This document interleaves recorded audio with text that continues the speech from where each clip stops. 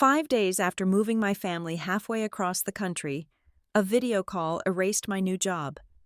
6 weeks later, their distribution system worth tens of millions of dollars began collapsing. The CEO who dropped me called back, begging, "We need you to save us." But I was not returning to ask for my job back.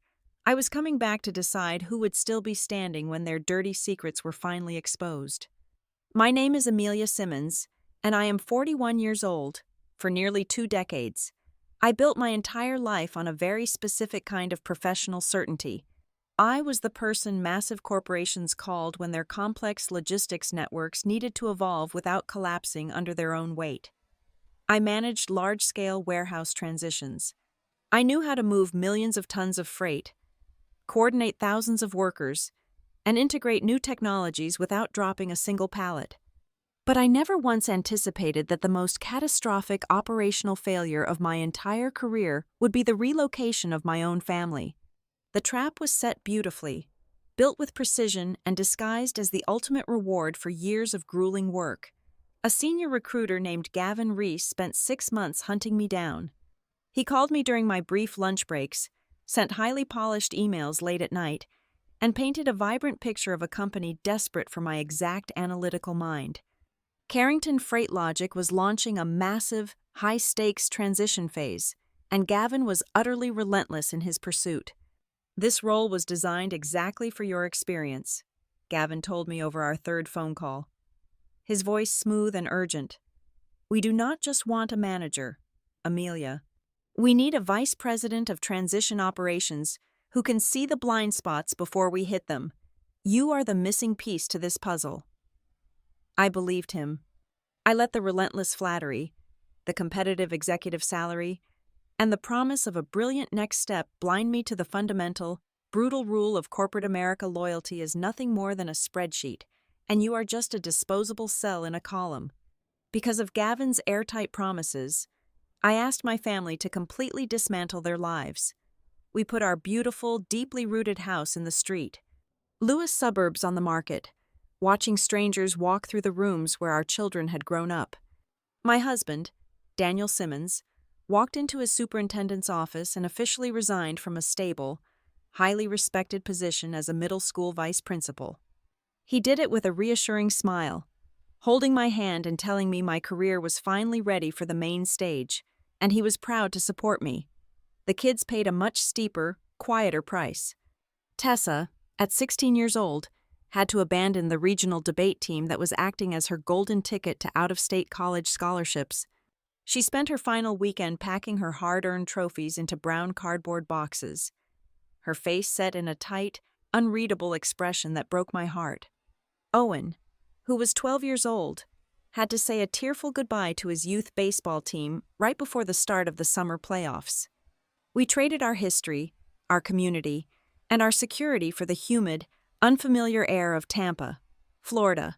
We had been living in the new rental house for exactly 5 days. The air inside the stifling rooms still smelled heavily of industrial packing tape, fresh paint, and corrugated cardboard. I was sitting at the small dining table, a half-empty mug of cold coffee resting next to my open laptop, trying to figure out which unmarked box held our everyday silverware. My screen chimed with a sharp, jarring notification. It was an unscheduled video call from Marla Kent, the head of human resources at Carrington Freight Logic. I clicked the green accept button, quickly smoothing my hair and adjusting my collar, fully expecting a quick, friendly check-in regarding my onboarding schedule for the upcoming Monday. Marla was sitting in a perfectly sterile gray corporate office. Her face was entirely devoid of any readable emotion. She did not ask how the grueling cross-country move went. She did not ask how my husband and children were settling into their new environment. "Amelia, I am calling to inform you that your role no longer exists because plans have changed," Marla said. Her voice was flat, highly practiced, and utterly robotic. I just stared at the high-definition screen. The words simply did not process in my brain. The cognitive dissonance was too massive. In the background, through the thin walls of the rental house, I could clearly hear the sound of packing tape ripping as Daniel worked on unpacking the heavy boxes of books in the living room. "I am sorry," I said.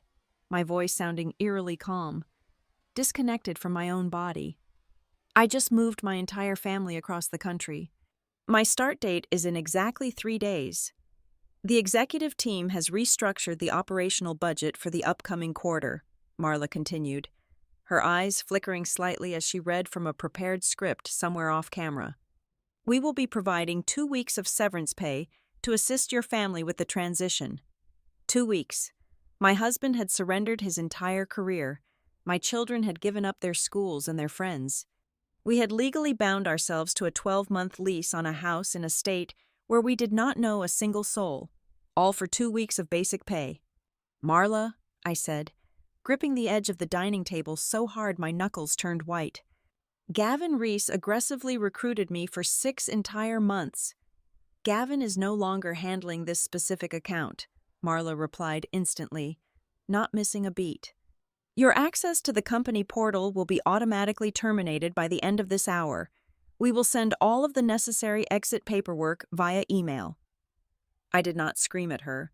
I did not beg for my job. I simply nodded once, feeling the sheer, unadulterated humiliation sinking into my bones like molten lead, and reached out to end the call. The sudden silence in the kitchen was instantly deafening, pressing aggressively against my eardrums. My hands were shaking violently as I immediately opened a new browser tab and logged into the Carrington employee portal before my credentials officially expired. I bypassed the standard onboarding documents and navigated straight to the relocation reimbursement file. The status icon was completely grayed out. Right next to it, in small, cruel red letters, was the word frozen. They were not just taking away my job and my livelihood, they were actively washing their hands of the tens of thousands of dollars it had cost to physically move my family down here. The corporate trap had snapped shut with terrifying speed, and we were left bleeding out on the floor. I spent the rest of the long, suffocating afternoon in a state of absolute numb paralysis. I aimlessly arranged and rearranged canned goods in the pantry so I would not have to look Daniel in the eye. The physical ground beneath my feet felt entirely illusory, like I was falling down a dark shaft with no bottom in sight. I waited until the sweltering Florida sun went down and the kids were finally asleep in their new, unfamiliar bedrooms. Before I told him, he did not yell, he did not throw anything. He just stood by the kitchen sink, letting the tap water run over a single ceramic plate for a very long time. The muscle in his jaw feathered, but he kept his voice steady, telling me we would figure it out, that we always figured it out. But the dead, hollow look in his eyes betrayed the crushing weight of the betrayal. Later that night, the suffocating heat and the anxiety made sleep impossible. I woke up around 2 a.m. The space in the bed beside me was cold and empty. I walked softly down the dark, narrow hallway, mindful of the creaking floorboards. The faint blue glow of a laptop screen spilled out from the kitchen doorway. Daniel was sitting alone at the kitchen island. He was wearing his faded St. Louis Cardinals shirt, his shoulders slumped as he stared blankly at the bright screen. I stood frozen in the shadows of the hallway and watched as he slowly, painstakingly typed out his work history. He was updating his professional resume for the very first time in over 10 years. Seeing my fiercely loyal husband, a man who had willingly sacrificed his own hard-earned professional stability for the sake of my ambition, forced to sit in the dark and prepare to beg for entry-level administrative jobs in the middle of the night, was the physical blow that finally shattered my chest. It was a suffocating, violent wave of guilt and anger. I backed away slowly, pressing both of my hands hard over my mouth to keep the desperate sob from escaping my throat and waking the children. I retreated to the dark master bedroom and lay rigid on top of the unmade covers, staring up at the slow, rhythmic spinning of the ceiling fan. The panic was a tangible, physical weight, sitting heavily on my chest and pressing down on my lungs until drawing a breath felt like a monumental effort. But as the silent hours ticked closer to dawn, the overwhelming, paralyzing panic began to slowly crystallize into something entirely different. It hardened into something incredibly cold, meticulously sharp, and utterly unforgiving. My racing mind began to replay the grueling, multi-round interview process I had gone through with Carrington's executive team. I thought deeply about the core technical project they had explicitly hired me to oversee. It was a massive, highly sensitive automation rollout for their most strategic, lucrative retail client. During the final technical evaluation interview, their senior leadership had proudly showed me their complex architectural plan for the new warehouse robots. I remembered leaning forward, pointing directly at the projection screen, and sternly warning their lead engineers about a specific, highly dangerous foundational flaw in their logic. I had told them, in no uncertain terms, that their shiny new automated system would completely fail to communicate cleanly with the legacy warehouse management software currently operating in their mixed facility hubs. I explained exactly how the data packets would collide, how the inventory tracking would fracture, and how the entire system would eventually bottleneck and collapse. They had all nodded thoughtfully. They had smiled wide, reassuring smiles, and told me that my sharp eye was exactly why they needed me to steer the ship and manage the risk. They had aggressively bought my silence and my specialized expertise, used my name and my industry reputation to validate their reckless, overly ambitious project timeline, and then ruthlessly discarded me the moment they needed to save a few arbitrary lines on a quarterly budget sheet. They thought they had successfully buried me in the sprawling Florida suburbs. They assumed I was just a desperate, overwhelmed mother who would quietly accept a pathetic 2 weeks of severance pay, sign a standard non-disclosure agreement, and fade away into financial ruin without making a single sound. They thought they held all the cards and all the power. They had absolutely no idea what they had just set in motion. I spent the entire following morning staring at a master spreadsheet on my laptop screen. Cell by cell, row by row, I calculated the exact timeline of our impending ruin. The 2 weeks of severance pay they had offered was nothing but a cruel joke. Once I factored in the 12-month lease on the Tampa house, the massive security deposit we would never get back if we broke our contract, the utility setup fees, and the soaring cost of basic groceries, the math was brutal and completely undeniable. We had exactly 2 months, 60 days before our entire life savings hit zero, and high-interest credit cards became our only remaining lifeline. Retreating was mathematically impossible. The housing market in our old street, Lewis neighborhood had surged the exact week we closed on our sale. We could not afford to buy our old life back even if we begged. Tessa's old high school had immediately given her hard-earned spot in the advanced placement track to a waitlisted student. Daniel's school district had already promoted a younger, eager teacher to his vice principal desk. The bridge behind us was not just burned. Carrington Freight Logic had systematically completely demolished it.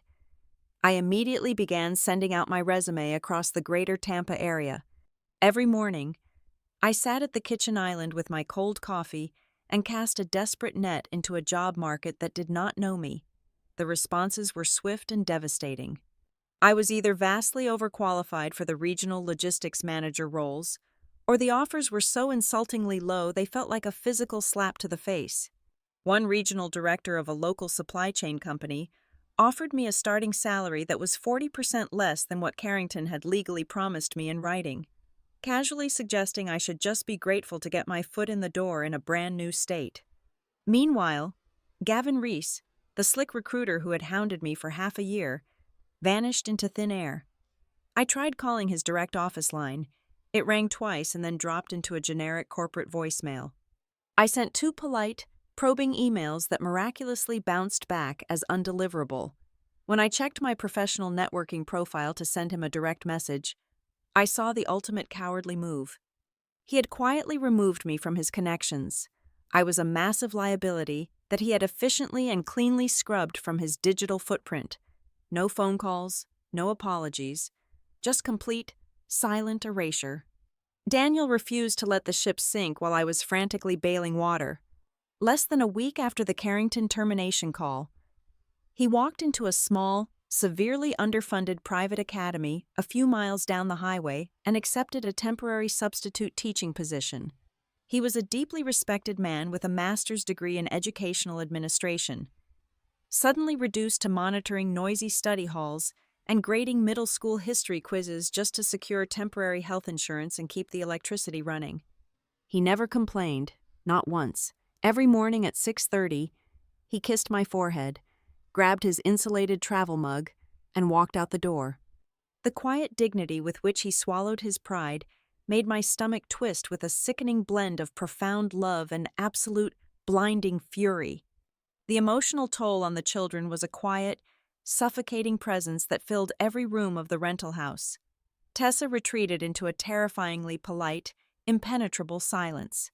If she had screamed at me, if she had thrown her unpacked boxes against the bedroom wall and called me a fool, I could have handled it.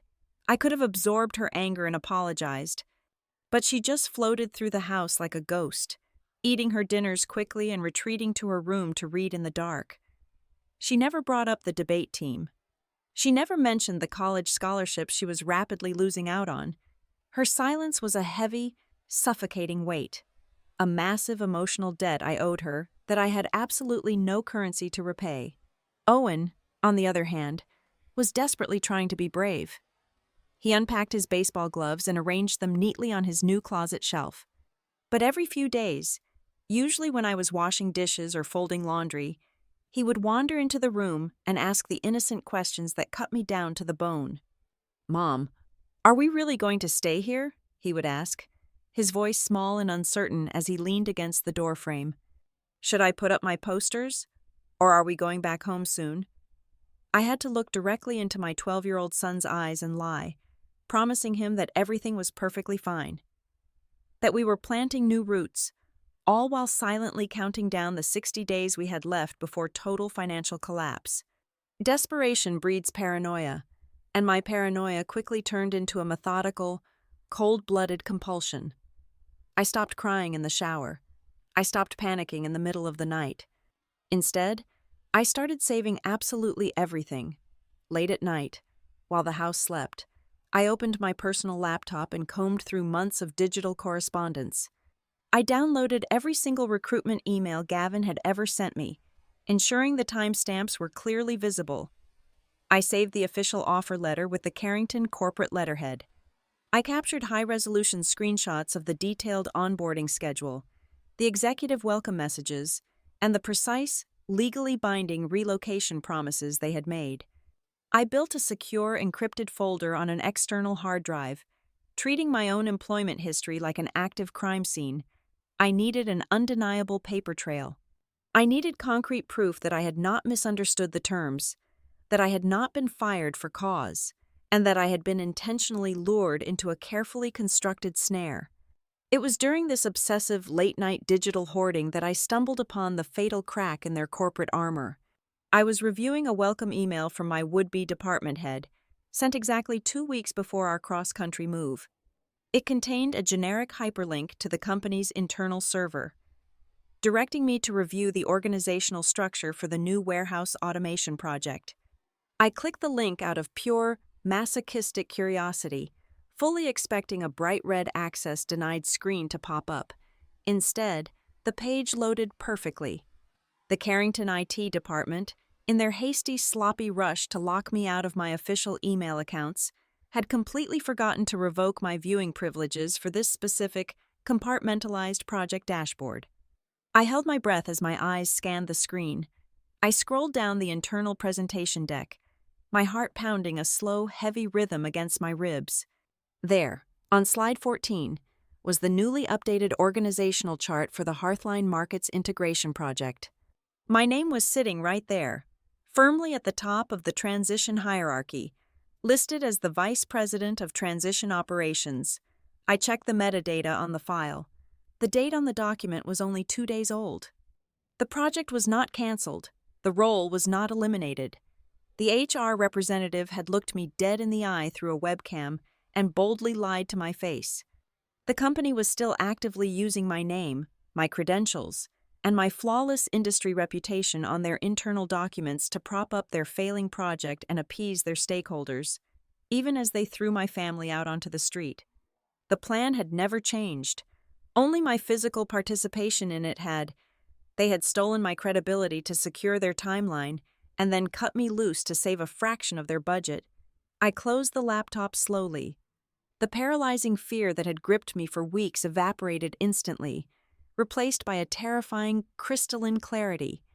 They had taken my stability, my husband's career, and my children's peace of mind. But sitting alone in that dark kitchen, staring at the glowing power light of my computer, I realized they had made one catastrophic miscalculation. They had left me with absolutely nothing left to lose, and all the time in the world to figure out exactly how to break them. Exactly 6 weeks passed. That was 42 days of waking up with a heavy, physical ache in my chest, carefully rationing the rapidly dwindling funds in our checking account, and watching my deeply overqualified husband drive off in the humid morning air to monitor unruly middle schoolers just to keep our health insurance active. The stifling Florida heat had become the inescapable backdrop to our silent, grinding endurance. We were surviving, but the structural integrity of our family was cracking under the immense pressure. Then, on a Tuesday afternoon, my cell phone vibrated aggressively on the kitchen counter. It was an out-of-state area code I did not immediately recognize. My first instinct was to let the call drop into voicemail, assuming it was just another dead-end automated recruiter or a local bill collector getting an early start on our grace period. But a strange, quiet instinct made me reach out and swipe the green accept icon.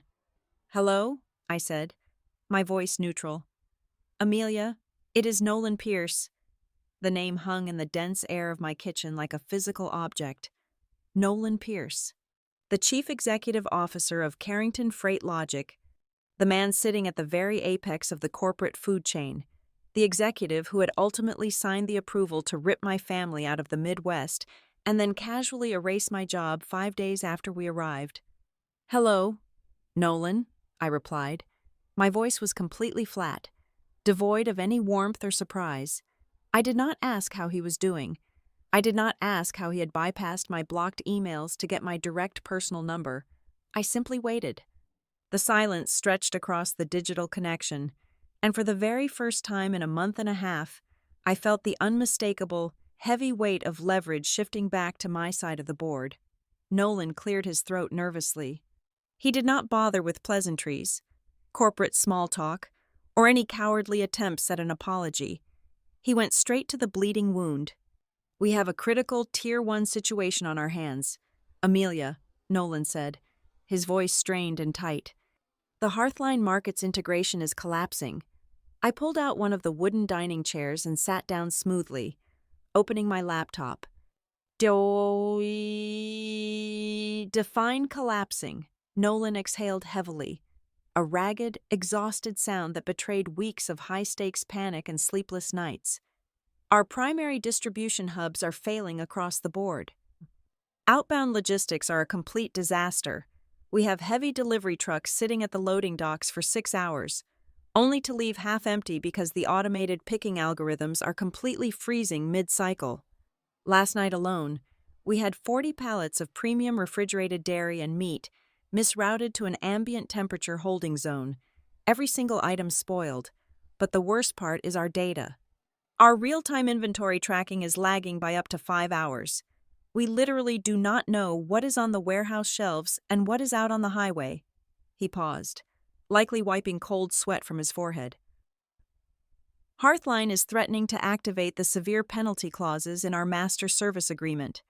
We are looking at a catastrophic breach of contract worth tens of millions of dollars if we do not stabilize the operational flow by the end of this month." I stared at the blank wall in front of me, listening intently to the exact disaster I had explicitly predicted in their glass boardroom 6 months ago. It was almost poetic in its predictability. The Hearthline project was a massive, highly complex, mixed-facility integration. Carrington was blindly trying to drop a state-of-the-art, high-velocity automated robotics system into regional distribution centers that were still stubbornly running on 15-year-old legacy warehouse management software. I did not need to see the server logs to know exactly what was happening on their floors. The new robotics system was firing thousands of microdata packets per second, while the old software was strictly designed to process information in slow, rigid batches. It was a massive digital bottleneck. The robots were sitting idle on the floor, waiting for confirmation protocols that the old software thought it had already successfully transmitted. The two systems were fundamentally out of sync, creating massive data collisions that ultimately shut down the physical machinery. The hardware was fine. The communication architecture was rotting from the inside out. "What about your internal transition team?" I asked, keeping my tone perfectly analytical and detached. "You had a full, highly compensated roster handling this specific architecture." "The project lead tendered his immediate resignation yesterday morning," Nolan admitted, the deep humiliation evident in his fractured voice. "He just walked out of the building. Our internal engineering teams are running in circles, patching individual routing errors while the whole network slows down to a crawl. The clients are furious." He took a sharp, desperate breath. "Amelia, we desperately need you to come in and fix this. You saw the original blueprints. I distinctly remember your final interview. You were the only person who accurately flagged this specific integration risk. I am prepared to offer you an emergency consultant contract at a premium hourly rate. It is a very high fee. And assuming things go well and we get the Hearthline account back on track, we can sit down and discuss bringing you back into the corporate fold permanently." There it was, the ultimate bait. The arrogant, deeply ingrained corporate assumption that I was sitting by the phone, desperate and hungry, just waiting for a chance to crawl back to the master's table for the comforting illusion of a permanent salary. He actually believed he was doing me a generous favor. I did not laugh. I did not unleash the 6 weeks of repressed, bitter rage that had been eating away at my stomach. Anger is a remarkably useless emotion in business negotiations. Pure leverage is the only currency that truly matters. "I understand the severe scope of the problem, Nolan," I said smoothly, my voice cold and precise. "However, I need to thoroughly evaluate my current commitments before taking on a crisis intervention of this massive magnitude. I will review my schedule tonight and give you my official response tomorrow morning. Amelia, please, every single hour we lose. I will speak with you tomorrow. Nolan." "Have a good afternoon." I pressed the red end call button and set the phone face down on the table. My hands were not shaking. My heart was not racing. For the first time in 42 days, the suffocating fog in my brain vanished, leaving behind a terrifying, crystalline clarity. Less than 3 hours later, the phone rang again. This time, the caller ID displayed a name I knew very well from the upper echelons of the logistics industry circuit, Dana Kell. She was a senior executive vice president at Blue Veil Distribution, Carrington's largest and most aggressive competitor in the national supply chain sector. "Amelia, it is Dana," she said, her voice warm, sharp, and highly professional. "I will get right to the point. This industry is incredibly small, and blood in the water travels fast. We know Carrington is bleeding out horribly on the Hearthline account, and we also noticed you are suddenly on the open market down in Tampa. I do not know what kind of mess they dragged you into, but their catastrophic loss is an absolute gift for our team." Dana seamlessly proceeded to lay out a very attractive, highly secure lifeline. Blue Veil was aggressively expanding their southeastern operations. She formally offered me an executive director position. It came with a generous, highly stable salary, full corporate health benefits, and the exact kind of professional safety net my husband and children desperately needed to finally breathe easily again. "We deeply respect your expertise, Amelia," Dana added smoothly. "Come over to Blue Veil. Let us show you how a real logistics firm treats its top-tier talent." I thanked her with absolute sincerity, told her I was deeply flattered by the generous offer, and asked for 24 hours to process the details before giving my final answer. When Daniel finally came home from his exhausting substitute teaching shift, his shoulders slumped and his briefcase heavy, I did not tell him about either of the phone calls. I cooked dinner, helped Owen study for his science test, and patiently waited until the entire house was completely dark and silent. At 2 o'clock in the morning, I sat back down at the kitchen island, staring at the glowing screen of my laptop. I had 2 highly distinct paths laid out before me, both carefully designed by other people to serve their own corporate interests. The first path was to accept Nolan's consulting gig, dive into the trenches to fix his massive architectural mess, and quietly hope they graciously handed me my old executive title back as a reward. The second path was to accept Dana's offer, step cleanly into a new, well-oiled corporate machine, and spend the next 10 years making millions of dollars for someone else's board of directors, all while praying I never ended up on another arbitrary spreadsheet's chopping block. Neither option was acceptable. Going back to Carrington as an obedient employee would be an act of utter, humiliating submission. Going to Blue Veil would simply be a retreat into the exact same volatile system that had just tried to completely destroy my family. I opened my web browser. I did not navigate to a corporate job board. I went directly to the Florida Department of State Business Registration portal. If Carrington Freight Logic desperately needed my brain to save their tens of millions of dollars, they were not going to rent it by the hour, and they were certainly not going to dangle a superficial job title over my head like a carrot on a stick. I was entirely done being a hired hand. I was permanently done letting faceless corporate boards dictate my family's geographic location and financial survival. I pulled out my credit card and slowly, deliberately typed in the registration details for a brand new limited liability company. I filled out the official articles of organization, firmly assigning myself as the sole managing member and registered agent. I paid the state filing fees and hit the final submit button. By the time the sun began to rise over the humid Tampa suburbs, casting a pale, creeping gray light through the kitchen blinds, I was no longer an unemployed, desperate mother looking for a corporate paycheck. I closed the laptop and took a long sip of cold water. At 4 a.m, right there on the scratched surface of a rental house dining table, Simmons Cutover Group was officially born. I was finally ready to call Nolan Pierce back, but this time, the rules of engagement were going to be entirely mine. I drove straight into the downtown business district the next morning and retained the most aggressive corporate contract attorney I could find in the city. We sat in his heavily air-conditioned office for over 4 hours, systematically stripping Carrington Freight Logic's standard consultant agreement down to the bare, exposed studs. I was not going to simply sign whatever generic, protective document Nolan Pierce's legal team threw my way. I rewrote the terms of my engagement with the cold, surgical precision of someone who knew exactly where the company's major arteries were located. I demanded an emergency crisis intervention fee that was essentially triple the executive salary they had originally promised me. I mandated a strictly enforced 50% non-refundable retainer to be wired directly into the Simmons Cutover Group business account before I would even consent to open a single technical file. I explicitly dictated an absolute remote work arrangement. I refused to set foot inside their sterile corporate headquarters. I clearly defined my scope of authority, legally securing absolute veto power over any decisions made by their lead engineering team.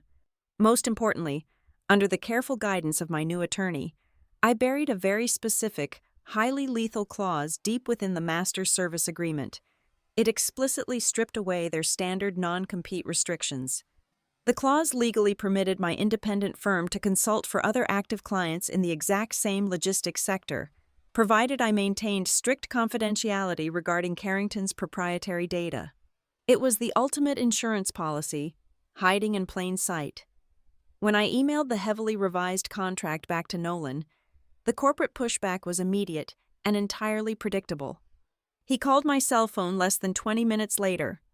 "Amelia, these terms are completely unworkable and wildly out of bounds," Nolan snapped, the underlying desperation clearly leaking through his thin facade of executive authority. "The daily fee is astronomical. Furthermore, our legal department is having a collective heart attack over the lack of exclusivity in this draft. We are trusting you with highly sensitive trade architecture, and you are casually asking for the legal right to walk across the street and consult for our direct rivals." I let him vent his frustration. I did not interrupt his tirade. I did not defensively justify my pricing, and I certainly did not apologize for the aggressive terms. The fee directly reflects the exact market cost of saving a multi-million-dollar retail account. "Nolan," I replied, my voice steady, flat, and completely devoid of warmth. "The lack of exclusivity reflects the fundamental fact that I am a sovereign business entity. not your disposable employee. You have until exactly 5 o'clock this afternoon to sign the document in its entirety and initiate the wire transfer. After that strict deadline passes, my availability permanently closes. I ended the call without waiting for his customary corporate goodbye. At exactly 4:15 that afternoon, my cell phone pinged with a secure banking notification. I opened the application and stared quietly at the screen. The initial deposit had successfully cleared. It was a sum of money so large it momentarily stole the breath from my lungs. It was enough capital to instantly wipe out our crippling lease penalty, cover a full year of living expenses, and build a massive, impenetrable financial fortress around my family. I walked into the quiet living room and handed the phone to Daniel. He looked down at the bright screen. He read the massive number once, blinked heavily, and read it again. He did not smile. He did not cheer or pull me into a celebratory embrace. He just sat heavily on the edge of the fabric sofa, staring at the digital balance in absolute stunned silence. I knew exactly what was racing through his mind. He was deeply terrified that acknowledging this massive influx of cash, this sudden, miraculous lifeline, would somehow break a fragile spell and send us violently crashing back down into the financial abyss. I placed my hand firmly on his shoulder, letting the silent, heavy weight of the moment settle between us. We were no longer drowning in the dark. The following morning at 8 o'clock sharp, I logged into the Carrington Engineering Division's secure video conference. There were 12 individual squares on the screen, revealing a chaotic, disorganized mix of exhausted project managers, panicked lead developers, and nervous operational directors. They looked thoroughly battered, visibly running on empty cups of stale coffee and sheer, unadulterated terror. "Let us begin," I said, cutting sharply through the nervous background murmurs. I shared my screen, pulling up the raw data logs and system architecture maps Nolan had forwarded to me late the previous night.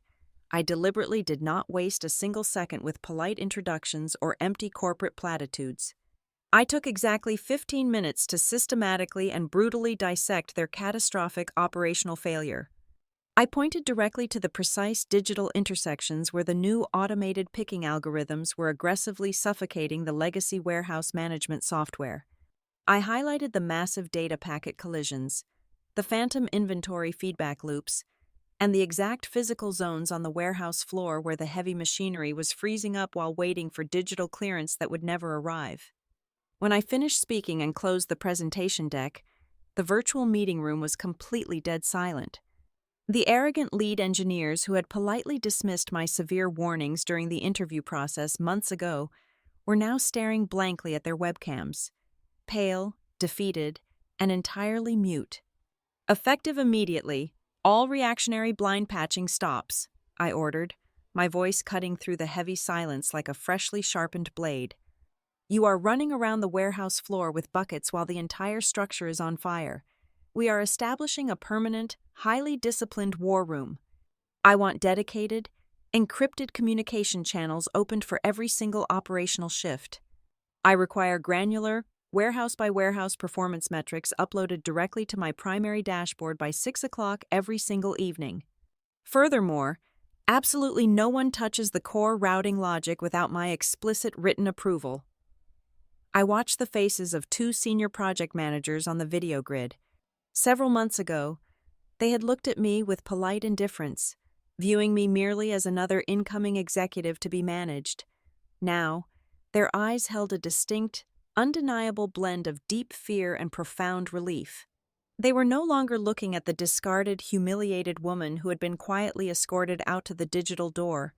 They were looking at the absolute, undisputed authority in the room. I was the only person holding a functional map leading out of their burning building. After I abruptly ended the grueling technical sprint, I leaned back in my home office chair and looked out the window at the bright, sweltering Florida sun.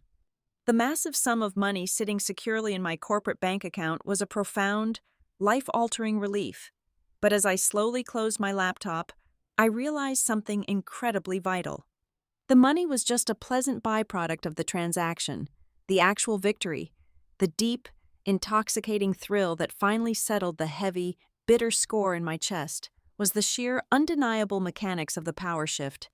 The exact same executives who had casually and ruthlessly thrown my entire family into chaos just to protect their quarterly bottom line were now forced to operate every single day under a rigid, unforgiving system of my own personal design. They had tried to permanently bury me under the crushing weight of their corporate machine, assuming I would just quietly fade away. But I had clawed my way back to the surface, and I had rewritten the entire instruction manual from scratch. They were playing my specific game now, and they were going to follow every single rule I dictated, line by agonizing line. While I was aggressively untangling the massive digital knot on Carrington's warehouse floors, I deliberately arranged a quiet lunch meeting with Dana Kell from Blue Veil Distribution. We met at a discreet, high-end steakhouse located entirely outside the downtown corporate radius. Officially, we were just two industry veterans discussing modern operational architecture and macroeconomic supply chain trends. I was meticulously careful.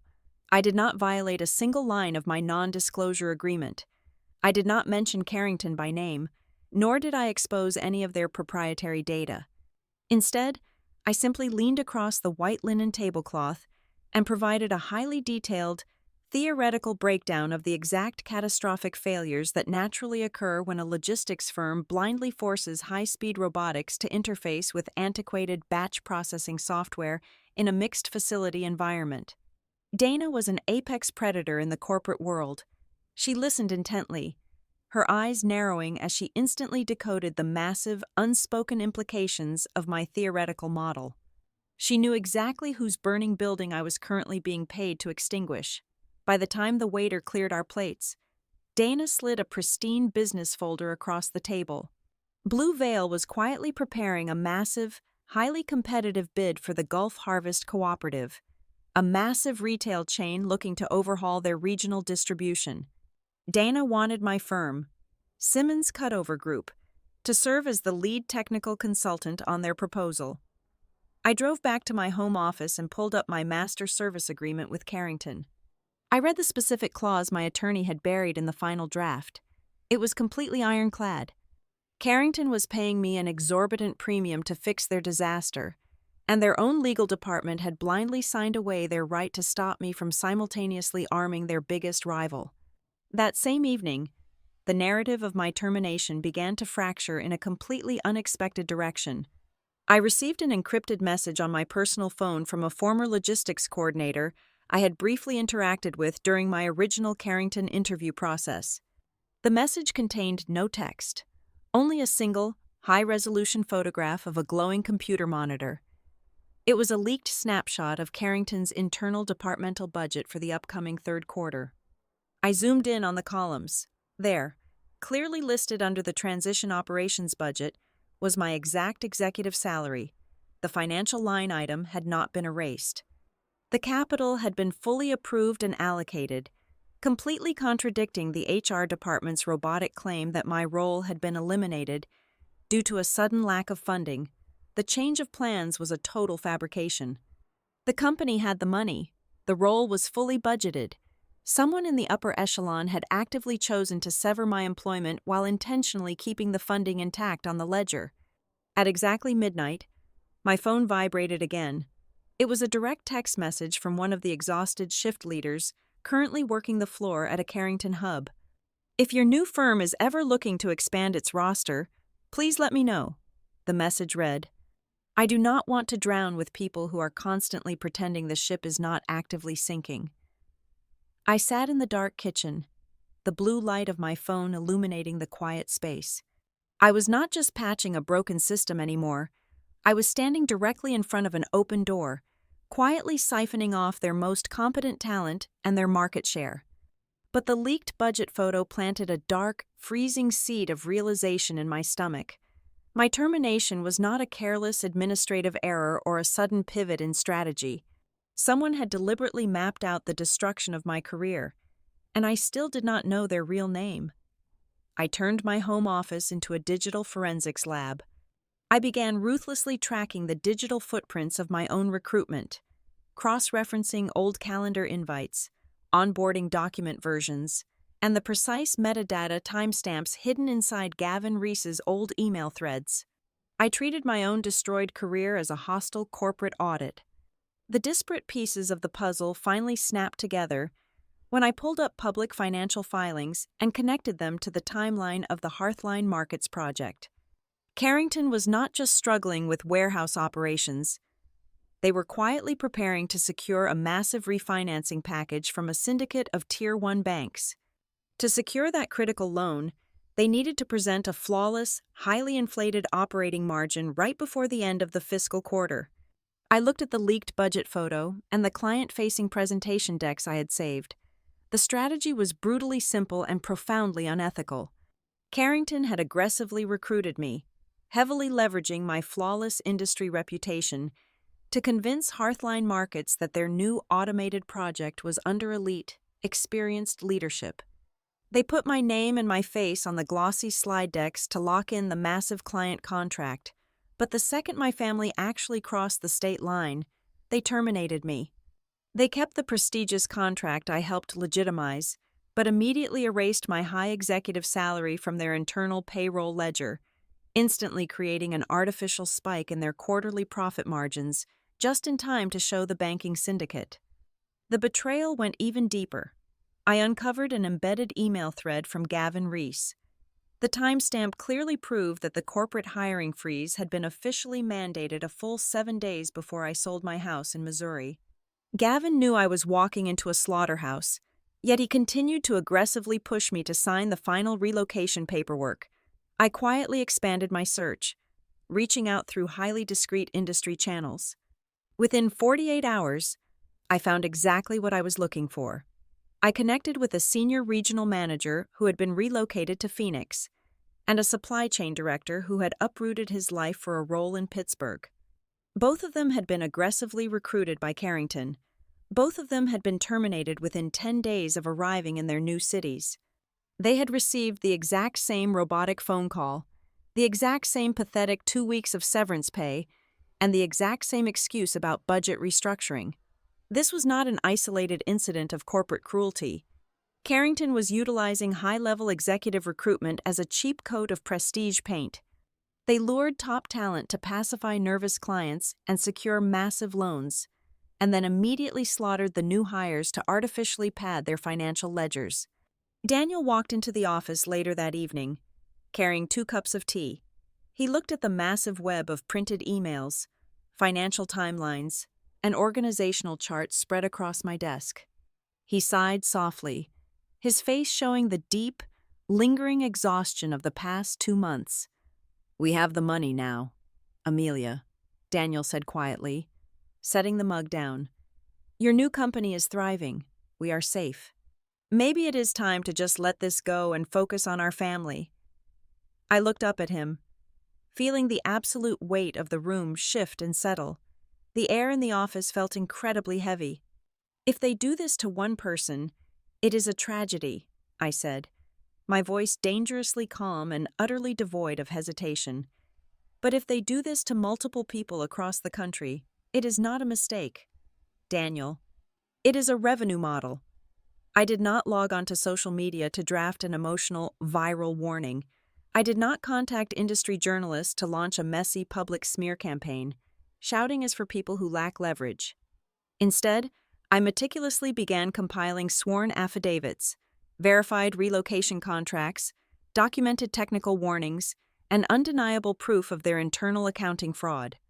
As the heavy binders of evidence slowly filled, the ultimate objective became terrifyingly clear. This was no longer just a desperate mother fighting to reclaim her stolen dignity or secure a paycheck. This was the meticulous construction of a corporate guillotine. I was going to systematically strip away their entire facade, destroying their multi-million-dollar empire using the exact same legally binding signatures they had used to destroy my family. The inevitable legal threat arrived on a Thursday morning, packaged in a high-priority, certified email from Carrington Freight Logic's general counsel.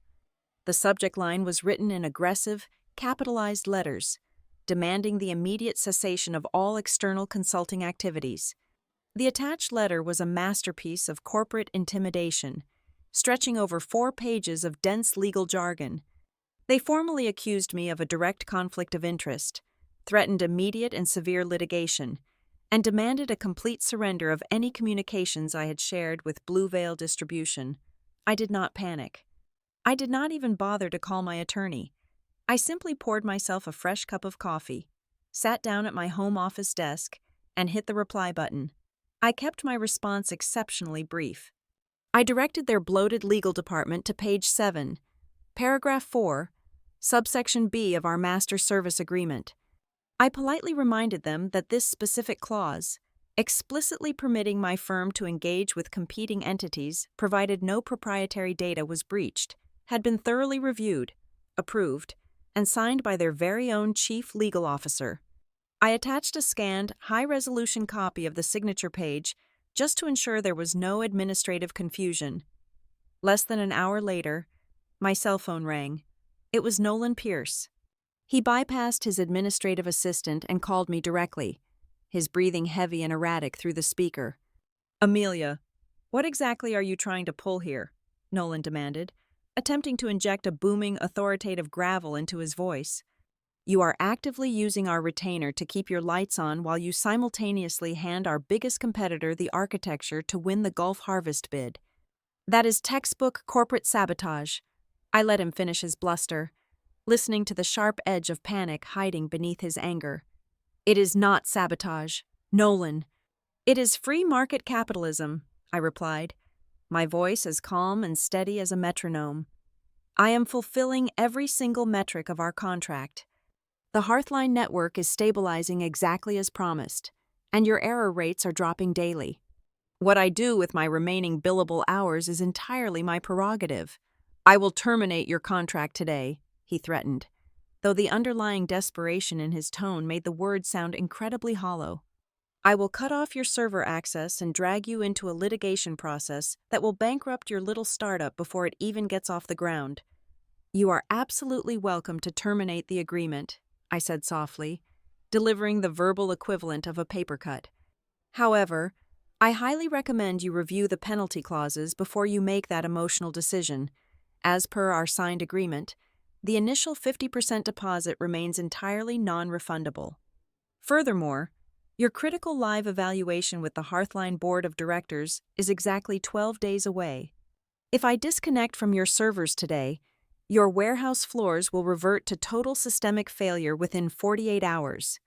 You will lose the Hearthline contract, and subsequently, your entire banking refinance package will completely collapse." The silence on the other end of the line was absolute and profoundly satisfying. For the very first time in his lucrative, sheltered career, Nolan Pierce was securely locked inside a cage constructed entirely out of his own arrogant signature. "I will see your engineering team on the morning check-in call," I stated, and I ended the connection without waiting for his response. The irony of the situation was exquisite. Carrington was forcibly paying my exorbitant daily rate, and I was using that very same capital to quietly build the exact weapon that was making their rivals stronger. 2 days later, the industry news officially broke. Blue Veil Distribution had successfully made the final shortlist for the massive Gulf Harvest cooperative contract, heavily bolstered by the flawless transition architecture my firm had designed for them. Carrington, drowning in their own internal failures and bleeding cash, did not even make it past the preliminary review stage. My quiet, strategic defiance began to act like a powerful magnet. The shift leader who had texted me in the middle of the night officially resigned from Carrington. He was followed less than a week later by one of the sharpest senior project managers from the Hearthline War Room. They both walked away from stable corporate benefits and established hierarchies to join Simmons' cutover group. They did not jump ship for an immediate pay raise. They came over because they were deeply exhausted by the toxic culture of covering up executive incompetence. They wanted to work for a leader who actually understood the microscopic details of the supply chain, someone who built structural solutions instead of actively hunting for scapegoats. In the span of just a few short weeks, what had started as a desperate, defensive maneuver on a scratched rental house dining table had rapidly evolved. Simmons' cutover group was no longer just a legal shield to process consulting fees. We were a highly specialized, razor-sharp boutique firm, exclusively dedicated to rescuing the massive warehouse transition projects that bloated, arrogant logistics corporations inevitably butchered. Our operation was lean, completely remote, and ruthlessly efficient. But the most profound shift during this period of rapid expansion did not happen on a balance sheet or during a tense video conference. It happened late one evening in our living room. I was sitting on the fabric sofa with my laptop resting on my knees, trying to format a digital presentation deck for a prospective new client. I was an operational architect, not a graphic designer, and the slides looked rigid, gray, and painfully boring. Tessa walked into the room to get a glass of water. My 16-year-old daughter had been a quiet, resentful ghost since the day we packed up her debate trophies in Missouri. She usually avoided making eye contact, choosing to retreat to her room the second she finished her dinner. But tonight, she paused behind the sofa, her dark eyes tracking the clumsy blocks of text on my glowing screen. "That looks terrible," she said quietly. I froze, my fingers hovering slightly over the keyboard. It was the first time she had initiated an unprompted conversation with me in nearly 2 months. "I know," I admitted, keeping my voice gentle, terrified of spooking her back into her defensive shell. "I am trying to map out our primary service packages, but formatting is not exactly my strongest skill." Tessa set her water glass down on the side table. She walked slowly around the sofa and sat down next to me, leaving a few inches of space between us. She stared at the screen for a long moment, her brow furrowed in deep concentration. "You are using a default presentation template from 5 years ago," Tessa pointed out, a distinct hint of her old, sharp debate team confidence bleeding back into her voice. "The text alignment is completely off, and your color palette is incredibly depressing. It looks like a file put together by a sweaty technical engineer, not someone who is preparing to win big." I swallowed the sudden, thick lump forming in my throat. "Do you think you could fix it?" Tessa looked at me. Really looked at me. The hard, impenetrable wall she had built around herself seemed to waver, just for a fraction of a second. She reached out and gently pulled the laptop off my knees and onto her own lap. "Your core messaging is way too passive," she muttered, already opening a new design application and rapidly clicking through sleek layout options. "You need to highlight the risk mitigation factors on the very first slide. If you are going to charge these massive corporations a premium fee, you need to look expensive, Mom." I sat back against the cushions and silently watched my daughter work. Her fingers flew across the trackpad, her posture naturally straightening as she fell into the familiar, comforting rhythm of analyzing information and structuring a winning, persuasive argument. For the past 8 weeks, I had been completely consumed by the sheer, grinding mechanics of financial survival and corporate vengeance. I had focused all my waking energy on forcing Carrington to pay for what they broke. But watching Tessa expertly redesign my company profile, seeing the vital spark of engagement finally return to her eyes, I realized the absolute truth. Bringing a massive influx of capital into the house was a basic necessity, but it was not the real victory. The real victory was sitting right next to me. I was not just pulling money back into our lives. I was painstakingly pulling back the profound respect and belief of my own daughter. And as Tessa hit the save button on a sleek, beautifully aggressive title slide, I knew without a shadow of a doubt that no corporate executive on earth was ever going to take that away from me again. The technical sprint culminated on a late Sunday night. We ran the preliminary trial cutover for the Hearthline Markets integration at exactly 2 o'clock in the morning, taking advantage of the lowest volume window on the warehouse floor.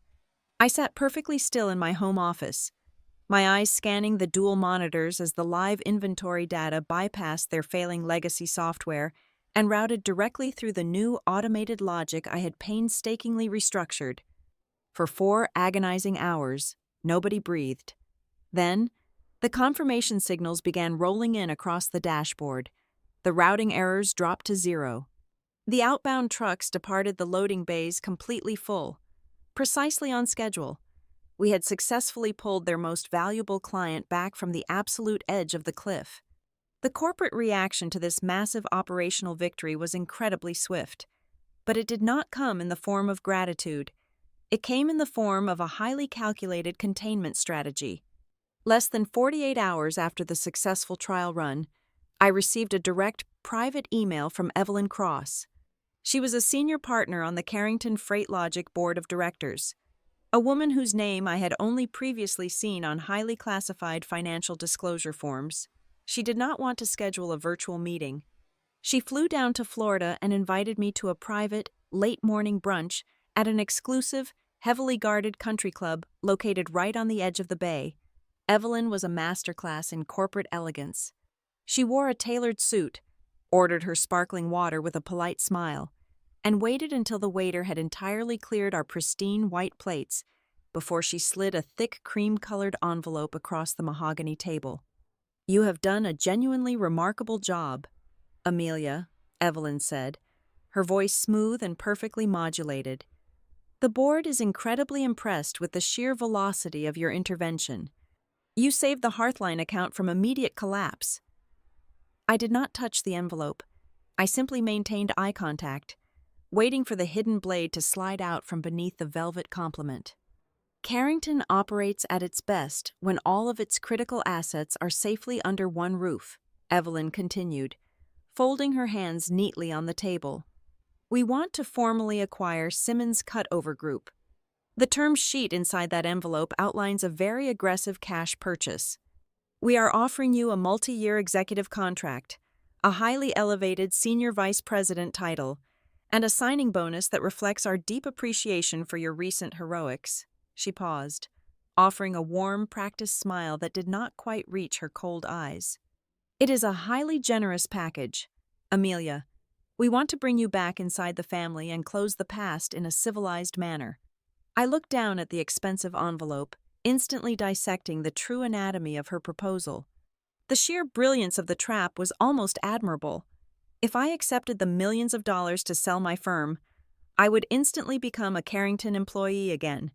My independent company would be legally dissolved, absorbed entirely into their corporate structure, and with that absorption would come an impenetrable, ironclad non-disclosure agreement and a ruthless non-compete clause. They were not offering to buy my technical expertise. They were desperately trying to purchase my silence. They knew exactly what I had uncovered regarding their fraudulent financial ledgers, and they wanted to lock me securely inside a golden cage where they could legally control every single piece of data I possessed. "I appreciate the board taking the time to draft this," I replied calmly, deliberately leaving the envelope sitting on the table. "I will need to review the terms carefully before making any structural decisions regarding my firm." Evelyn's smile tightened by a fraction of a millimeter. She recognized the polite deflection, but the rules of high-level corporate warfare demanded that we maintain the civilized illusion. The contrast to Carrington's veiled hostility arrived the very next afternoon. Dana Kell from Blue Veil Distribution called my cell phone. She did not offer to buy me out. Instead, she offered Simmons Cutover Group a highly lucrative, multi-year strategic partnership to act as their primary technical vanguard for all future mixed facility integrations. Blue Veil wanted to secure my brain, but they actively wanted me to remain an entirely independent contractor. They respected my autonomy because they understood that a sovereign, motivated partner was vastly more valuable than a heavily monitored, captive employee. It was the ultimate validation. It proved beyond a shadow of a doubt that I had viable, highly profitable options that absolutely did not require me to bend my knee to the people who had tried to ruin me. The final, most pathetic attempt at containment occurred 3 days later. Nolan Pierce sent me a brief, informal text message, asking if I would be willing to meet him for a quick cup of coffee to talk personally. We met at a crowded, noisy coffee shop in the downtown business district. Nolan looked entirely different from the arrogant executive who had tried to intimidate me over the phone weeks earlier. He looked haggard, his skin gray and his posture slumped. He ordered a black coffee, sat across from me at a small corner table, and spent the first 10 minutes engaging in useless, awkward small talk about the brutal Florida humidity. I did not offer him any conversational life rafts. I sat quietly, sipping my tea, letting the heavy, uncomfortable silence force him into a corner. "I wanted to apologize, Amelia," Nolan finally said, his voice dropping low so the neighboring tables could not hear him, "for how the relocation was handled. The entire transition was an absolute mess, and I know your family took the brunt of it. The relocation was handled exactly as you instructed the Human Resources Department to handle it. Nolan," I stated, my tone devoid of any emotion. He winced slightly, nervously running a hand through his thinning hair. "You have to understand the immense pressure we were under. The banking syndicate was completely threatening to pull our entire refinancing package. They demanded immediate, aggressive cuts to our operating budget right before the end of the fiscal quarter. If we did not show a massive reduction in executive overhead, the entire loan was going to fail." I watched him carefully. I did not pull out my phone to record the conversation. I did not make any sudden movements or aggressive accusations. My mind locked onto every word, every timeline, and every name he offered up in his desperate attempt to clear his own conscience. "Gavin Reese knew about the mandatory hiring freeze a full week before I sold my house in Missouri," I said softly, laying a single piece of bait on the table. Nolan sighed, looking down at his coffee cup, completely oblivious to the legal trap he was stepping into. "We all knew. The executive committee approved the freeze 30 days prior. But Hearthline Markets was panicking about the technical leadership on the new project. We desperately needed your resume on the active roster to pacify their board of directors and secure their final signature on the contract extension. I authorized Gavin to push your paperwork through, knowing full well we would have to cut your roll the moment you arrived." He looked up at me, his expression twisting into a sickening mask of misplaced corporate camaraderie. "It was a purely mathematical decision. Amelia, it was never personal. Honestly, looking at your background, I knew you were incredibly resilient. I thought someone like you would eventually be fine." The air in my lungs turned instantly to ice. The sheer, unadulterated sociopathy of that single sentence echoed in my ears. He had willingly destroyed my husband's career, uprooted my children, and pushed my family toward the absolute edge of financial ruin. All because he casually assumed I possessed the requisite grit to survive the trauma he was actively inflicting upon me. He had used my strength as the ultimate justification for his own profound cowardice. I did not throw my hot tea in his face. I did not raise my voice or deliver a dramatic monologue about vengeance. The most dangerous people in any room are the ones who do not need to shout. "Thank you for clarifying the timeline, Nolan," I said, my voice as smooth and placid as a mirror. "It is always incredibly helpful to understand the strategic thinking behind executive decisions."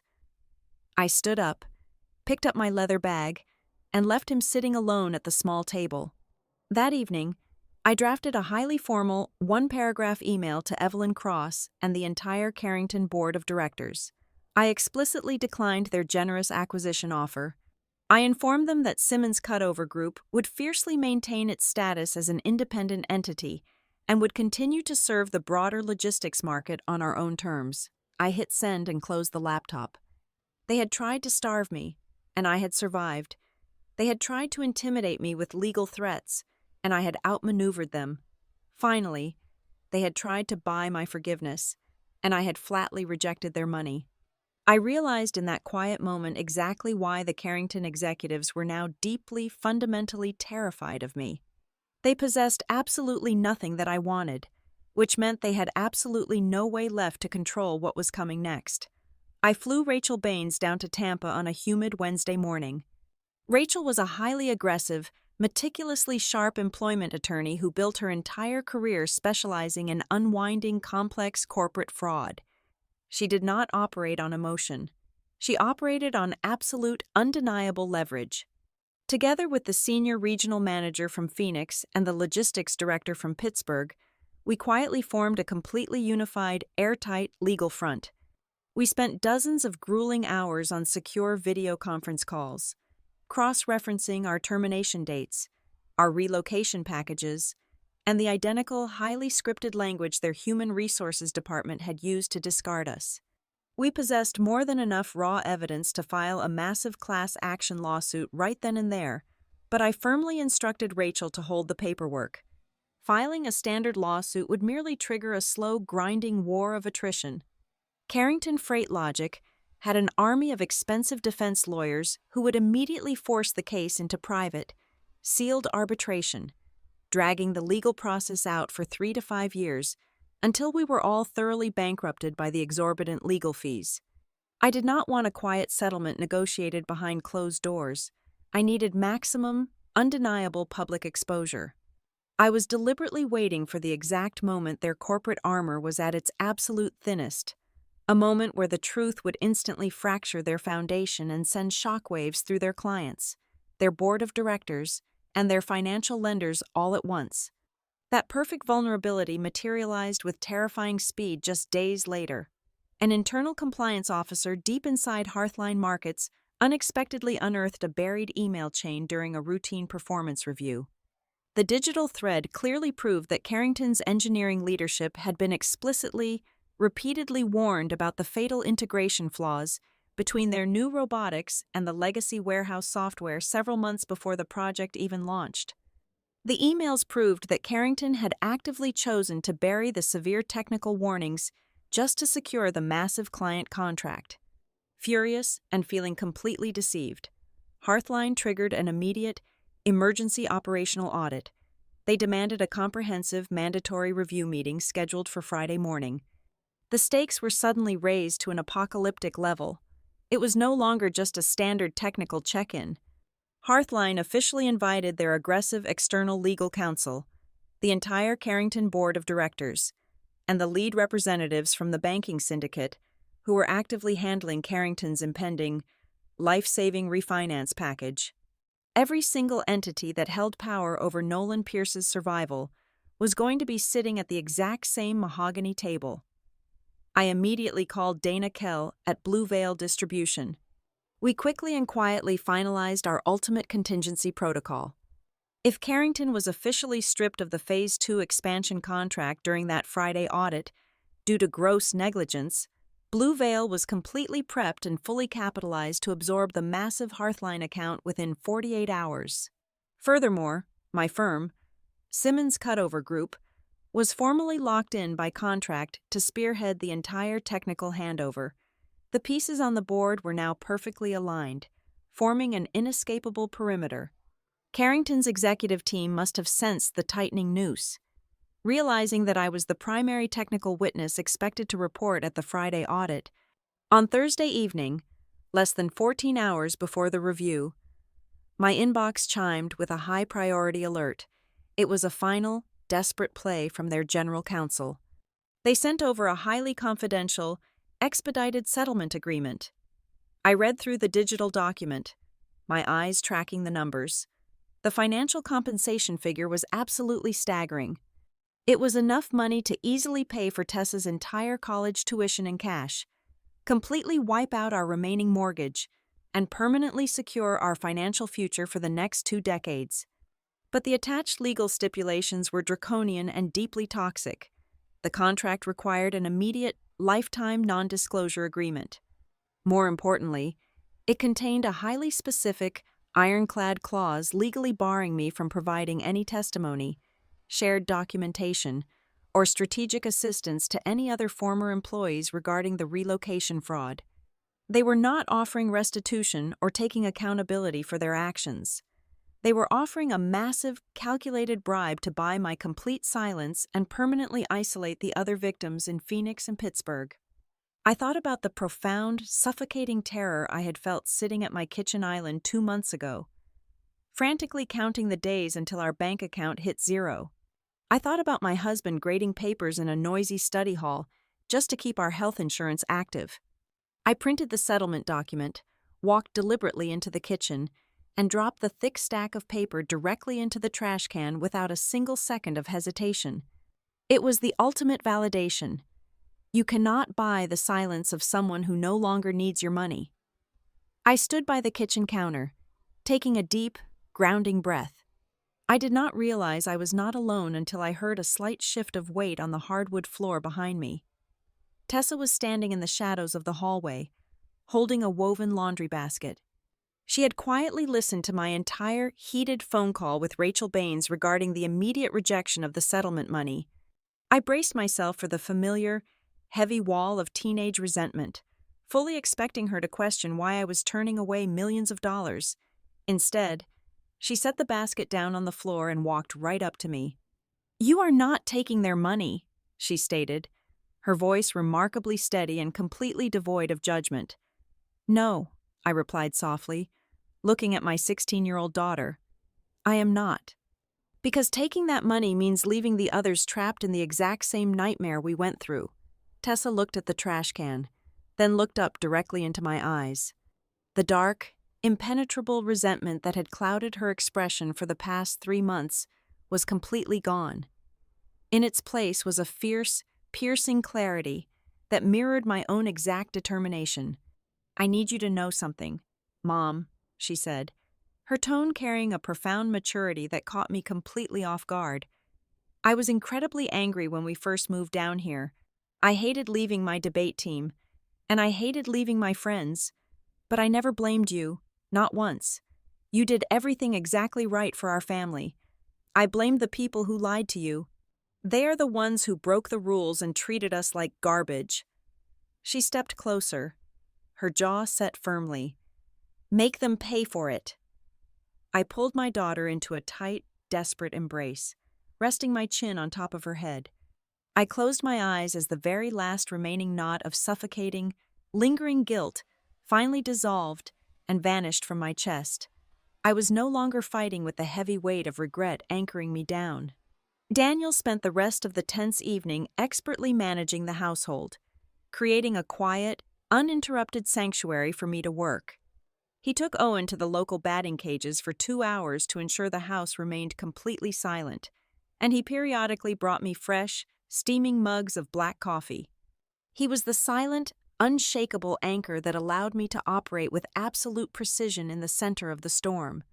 I retreated to my home office, locked the heavy wooden door, and spread the printed documents across the wide surface of my desk. The air in the room felt incredibly thin, actively vibrating with the highly compressed energy of a tightly coiled spring. I meticulously organized the timeline of destruction into distinct, undeniable categories. First, I placed the aggressive recruitment emails from Gavin Reese, their timestamps clearly proving he pushed me to sign the paperwork exactly 5 days after the internal executive hiring freeze was secretly mandated. Next, I lined up the signed, legally binding relocation contracts for myself, the Phoenix manager, and the Pittsburgh director, highlighting the identical language used to trap all 3 of us. Then, I neatly stacked the original technical warnings I had issued during my interview regarding the robotic integration flaws, proving Carrington had knowingly sold a defective architecture to their biggest client. Finally, I placed the lethal kill shot squarely in the center of the desk, the leaked internal financial ledger. It explicitly proved that my high executive salary was completely retained in their operating budget long after they had terminated me under the false guise of severe financial restructuring. I sat down in my leather office chair and slowly opened the lid of my laptop. The screen flared to life, casting a pale, cool light across the dark room. It was the exact same piece of hardware that had sat on a scratched dining table months ago. It was the exact same screen that had displayed Marla Kent's sterile, robotic face when she casually erased my family's entire trajectory in a 30-second video call.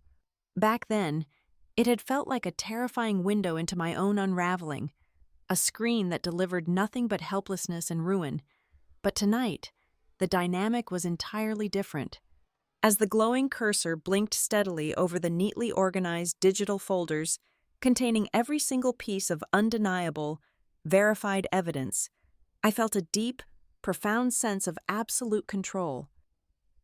I was no longer the victim of a corporate restructuring plan. Tomorrow morning, I was going to walk into a glass boardroom filled with incredibly powerful people, and the simple documents currently sitting right on my desktop were going to completely demolish a chief executive officer. The emergency review convened at exactly 9 o'clock on Friday morning inside the sprawling glass boardroom of the downtown Marriott. It felt less like a standard operational audit and more like a high-stakes corporate tribunal. The massive mahogany table was entirely surrounded by the heaviest hitters in the industry. The Hearthline Markets executive team sat on the left, flanked by their aggressive external legal counsel. On the right sat the Carrington Board of Directors, including Evelyn Cross, alongside the deeply nervous representatives from the Tier 1 banking syndicate.